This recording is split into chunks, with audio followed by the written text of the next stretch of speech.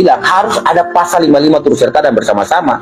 Sudah dipaksakan dari awal tetap bubar, ini caranya salah gitu. Ngaco ini cara ini. Ya kan? Kalau memang dia sebagai penghubung dan dia sebagai orang perantara untuk menghubungkan perkara ini, maka dia turut serta dan pasal 55. Gitu. Tidak boleh kita sembarang menerapkan pasal, apalagi seperti yang terjadi kasus di kita. Ini kan diuji nih kemampuan hukum setiap pengacara, penegak hukum, penyidik, kejaksaan. Ini diuji. Benarkah penerapan hukumnya? Jangan sewenang-wenang, tidak boleh. Gitu. Saya tetap konsisten dari awal sampai hari ini. Saya menyatakan bahwa perkara ini kita misalnya perkara yang mau dipaksakan, tetapi sudah terlanjur paksa gitu. Ya kan? Mau dipaksakan tapi benar terlanjur paksakan gitu. Lalu ada pihak lain, kan saya bukan satu dua orang ya yang terlibat dengan penghubung dan lain. Maka pasal 55 masuk. Gitu. Tidak mungkin penghubungnya bebas, saya penjara. Itu seperti itu.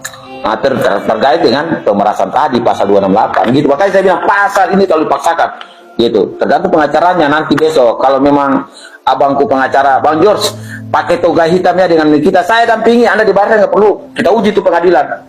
Ya kan? Kita belak-belakan soal ahli. Saya tanya ini ahli siapa yang bikin penjelasan hukum bisa bubur di pengadilan.